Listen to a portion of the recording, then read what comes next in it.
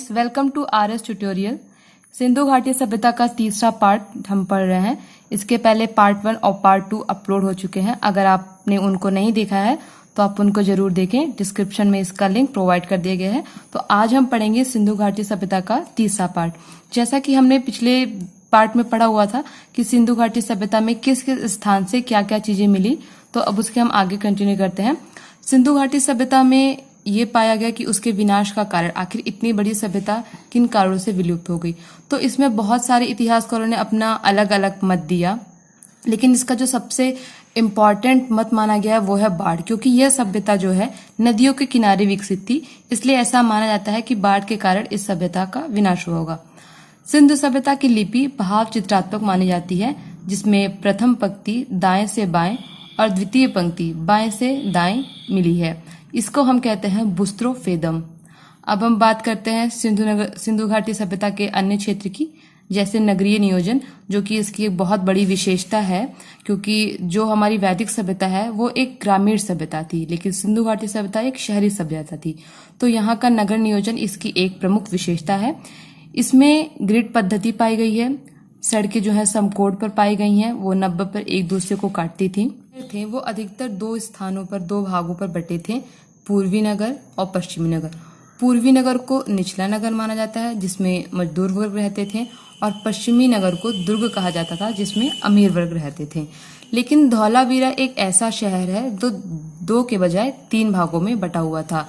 इस नगरीय नियोजन में कच्ची और पक्की ईंटों का प्रयोग किया गया था, जिसमें कालीबंगा में हमें अलंकृत ईंटों का प्रयोग देखने को मिला हुआ है।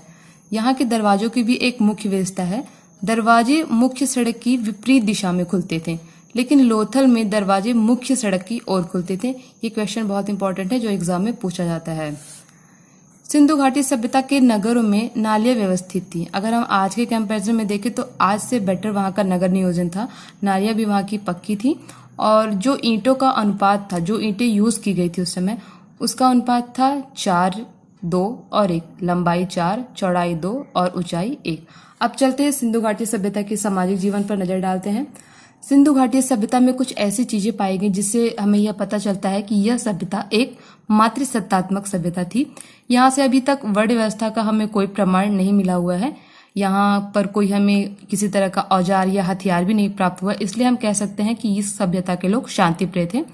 यहाँ शाकाहारी एवं मांसाहारी दोनों तरह के लोग पाए गए हैं। आभूषण और वस्त्रों का प्रयोग हमें मिलता है, जैसा कि आपने पढ़ा हुआ है कि मन के बनाने के कारखाने मिले हुए हैं, तो हम ये कह सकते हैं कि वो आभूषण का प्रयोग करते थे। सूती और ऊनी दोनों प्रकार के वस्त्रों का प्रयोग करते थे, और अपने मनोरंजन हेतु वो पासा, नृत्य, शिकार और पशुओं की लड़ाई इसका उपयोग करते थे।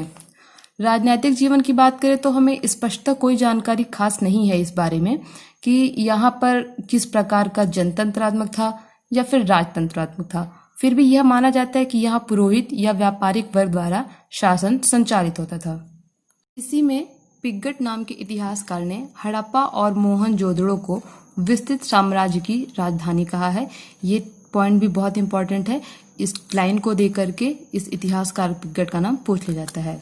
चलते हैं आर्थिक जीवन की तरफ। तो जो सिंधु घाटी सभ्यता के लोग थे वो गेहूं, जौ, मटर, कपास और चावल से परिचित थे। कपास इसमें सबसे ज्यादा इंपॉर्टेंट है, क्योंकि कपास का उत्पादन सर्वप्रथम सिंधु घाटी सभ्यता के लोगों ने ही किया था, इसलिए यूनानी लोग इसे सिंटन कह के बुलाते थे।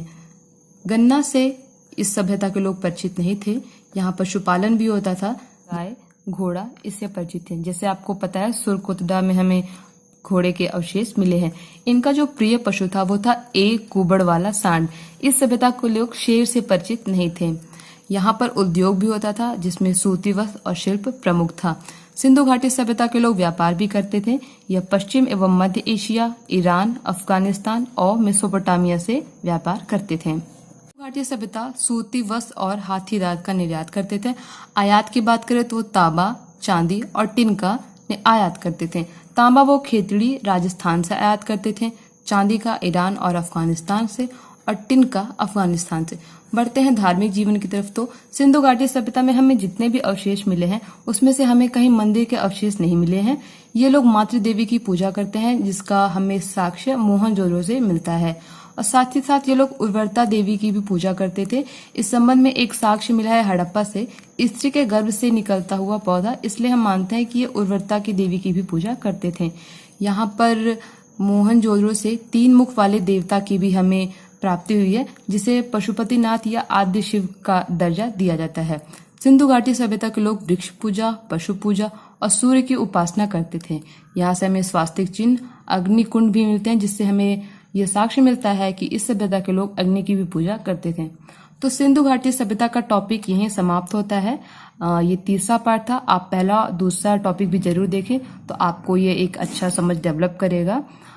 और अगर आपको ये वीडियो पसंद आए तो इसको लाइक जरूर करें, और अगर आप चैनल पे अभी नए हैं, ये वीडियो पहली बार देख रहे हैं, तो चैनल को सब्सक्राइब जरूर करें, बेल आइकन जरूर प्रेस करें। Thank you.